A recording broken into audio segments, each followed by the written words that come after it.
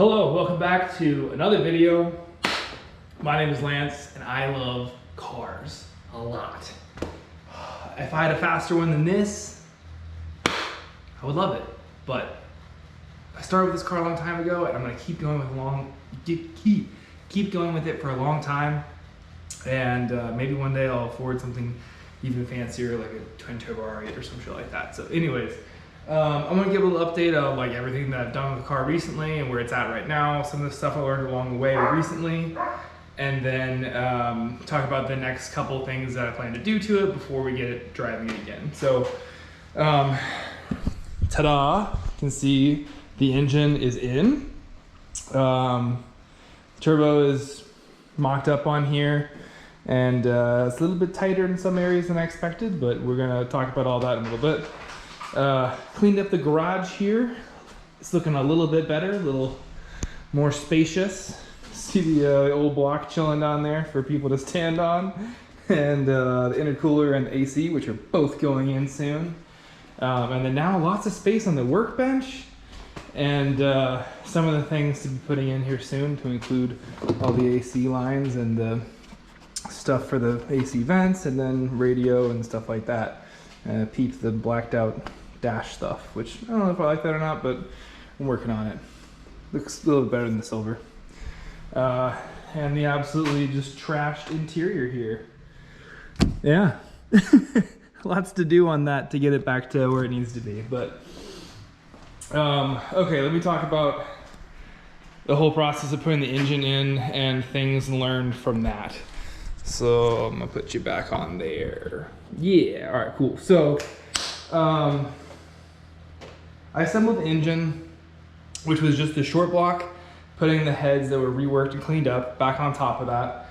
And then putting the ARP head studs in, ARP hardware for the cam tower bolts, the phaser bolts, torquing everything down, make sure everything's lubed properly. I thought about making a video on that, but there's already a couple ones that are really good. Brian has one, there's one by MMR. Brian, or Pokemaster, however you say his name on that kind of stuff. He's got a great video that goes through all the different steps specifically for a Frankenstein build. I will touch on a couple things real quick that I didn't see anywhere that I kind of noticed afterwards. One, if you order a Gen 3 short block, yes, it comes with pistons, crank, all that kind of stuff. It also comes with an oil pump, gear, and housing, and it is obviously a Gen 3 oil pump. So it's a Gen 3 with the plastic like feed on the bottom. So one, it makes it easier because you don't have to do the bolts on the very bottom of the oil pump housing, which are horrible and super hard to get, especially if the engine's in the car. But it also has a plastic oil pan on the bottom. So I opted to keep the plastic oil pan. And I think it made it easier to tap the fitting for the oil return. There's a perfect spot right there that you could tap. Just had to kind of shave some little tabs off of it and clean it up some, but all plastic, so really easy to do. There's several people that have been running fast numbers and lots of horsepower with a plastic oil pan. Just take care of it, change the oil, you know, make sure the seals are good and should be fine. So I opted to keep that. So I also kept the Gen 3 oil pump housing and then obviously upgraded the gear. I put in a Boundary Martin Ware treated oil pump gear, and then I had the old crank sprocket, clean that up, threw it back on there. So that's just a little tidbit that I learned there. Then also, it comes with 4 knock sensors. And then obviously Gentleman Harness only has 2 knock sensors. So I don't know, it might be kind of dark, I don't know if you can see it in there, but 2 knock sensors. And it's a different clip. So you have to retain your old knock sensors for that clip. So these are the old Gen 1 sensors, and these were 2 of the new ones. And you can see they're different. So I got to put the new, or put the old Gen 1s back in there, but yeah, the clip is different. So you do have to reuse the old Gen 1 knock sensors with the Gen 3 short block because of the harness. What else? On the back, there is a little bit different of a crank position sensor. So I'll just go to the other one. Where's the old? It's in the engine box. Okay, whatever. So the length, the entire length of the crankshaft sensor is correct, but the distance from the end of it to where the O-ring is longer on a Gen 3 one as compared to a Gen 1. So I could have swapped out the back housing, that entire like metal piece that's the back to the crank and everything on the engine. Or you can just take the O-ring and slide it down. So I did that, probably not the fanciest or the best way, but I didn't feel like going any deeper into the engine. So that's what I did. Hopefully it works and doesn't shoot me in the face later. So those are some of the things on like Frankenstein swap that I just hadn't thought of before. And also, I'm just an idiot and I don't always think about everything specifically, and my friends had to help me, but we were putting the clutch on, getting ready to put the engine in. My buddy Johnny was like, hey, where's the pilot bearing? So you need a new pilot bearing as well. I should have thought of that, definitely should have thought about that. But yeah, so if you get a new short block, also need a new pilot bearing in addition to the other stuff that you need to get with it too. So get a new pilot bearing. I reused mine because I was already putting the engine in. I just got a new slave cylinder, finally found that, put it in. I'd ordered a slave cylinder online, and it came in and the slave had just busted off, like brand new. This is how it was. Came in the box and I was like, oh look, that's completely busted off. Looks brand new, but I feel like it should be down like that. And yeah, it should definitely be down like that. So anyways, went to a local Ford dealer, got one that is not broken and fixed, threw a thing in there. It was actually cheaper in the end, and I'm gonna try to return this one and put the money towards more parts that I obviously still need for the car. So just, it's always something with cars like this. It never just goes in smooth. It can't just happen easily. I wish it did. I did opt to keep the crank support just for shiggles. There's literally no other reason why. I tried selling it, no one was really interested or was gonna give me money for it. Obviously had it for the supercharger setup whenever it was pulling on the belt, but hey, it fits. There's space with the turbo kit. Shouldn't cause any issues at all, and looks fantastic. Extra security for no reason at all. Hey, might as well. Screw weight reduction, add weight for no reason. Let me think. There's a couple other things from this whole process that I've been noticing, or next things to do. It definitely hits, or is pretty close to here, so I might try to relocate this. The turbo over here is really close to the ABS. This is actually pulled out of the way with some zip ties just to try to make space and not hit the turbo and wreck the really nice powder coat on here. But gotta do something with this. I don't think I want to just tie it off to the side like this permanently. I'm thinking about either moving it to like down here or deleting it and doing like brand new hard lines, redoing all of these and like doing a whole new clean setup. I don't know what to do yet.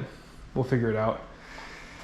And then you can see all the wires for electrical stuff slowly going up to here. And I'm gonna try to start the battery relocation soon. So try to hide it in here and then send it to the back and do a battery relocation, because the coolant and catch can combo will go here and then it'll run through the back and come out to here, and we'll leave space for everything for the turbo exhaust there. So anyways, that's most everything for right now. I can't think of any other crazy updates. Just kind of wanted to talk about all that, show where it's at right now. And then I'll probably make a video for each one of those things. One on the battery relocation, because I've seen a few, but none specific to like S197. It's a pretty simple process, but there's some really expensive kits out there, and there's also some really cheap ones, and I decided to make my own, and I'm gonna piece it together. So I'll make a video about that and show how I do it. Probably also make a video on the ABS relocation or delete, whatever I decide to do with that. And then fabbing up the rest of this, the coolant system, like doing the lines and the custom stuff, putting it through the bottom there. And then after that, it needs a tune, it needs fluids in it. Definitely need to finish putting the dash back inside, and it's gonna need a little bit of fab work too.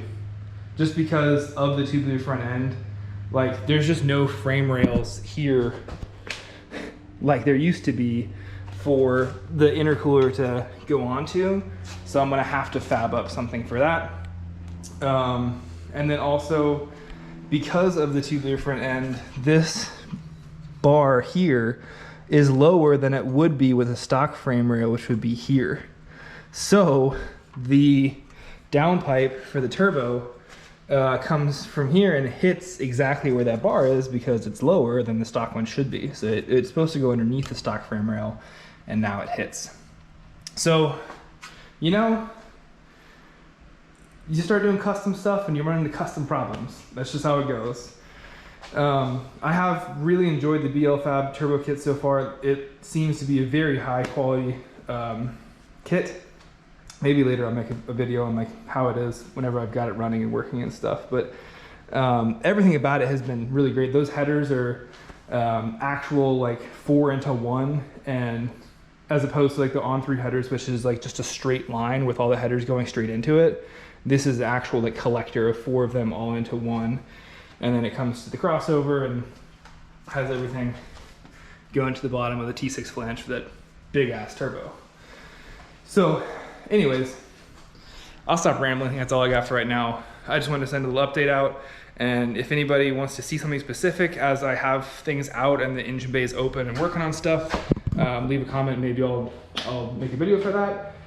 I also just haven't filmed that much because I didn't realize it, but making YouTube videos is not as easy as you think. Not for the filming part, it's easy to be like, hey, here's the stuff. And you click a button and you film it and you're done. But the editing part takes quite a while. And so I don't always feel like editing for an hour or two just for a short little video, just to have, you know, a few people watch it and be like, hey, that was cool. But I do really love cars. I really love like building this kit and building the car to be where it's at right now. And I'm sure it will be a blast and awesome to have a turbo car to drive. So I'll share all those reactions. I'll share ride along and stuff like that. That's the more fun part. But I do also like showing like how it's built and the little ins and outs, and like just sharing those little things with other people that do also want to build S97s, build Coyotes, stuff like that. I've always wanted to see more content from people that built like really cool turbo cars. You'll see the end picture, you'll see like the end goal. But you don't always see the specifics of like, how did you do the crazy coolant system? You know, like how did you do the battery location? How did you make a turbo kit fit on a tubular front end? Like, you see pictures and you're like, that looks dope, but how do you do it? And I don't really want to pay a shop to do everything because I really like doing all my own work, and I'd rather learn how to do it all and then be able to take care of the car later on and continuously build based off of like the learning process. So anyways, that's my rant. Hope you enjoyed. Hope you liked seeing my car in pieces. Anyways, y'all have a good day. Thanks for watching.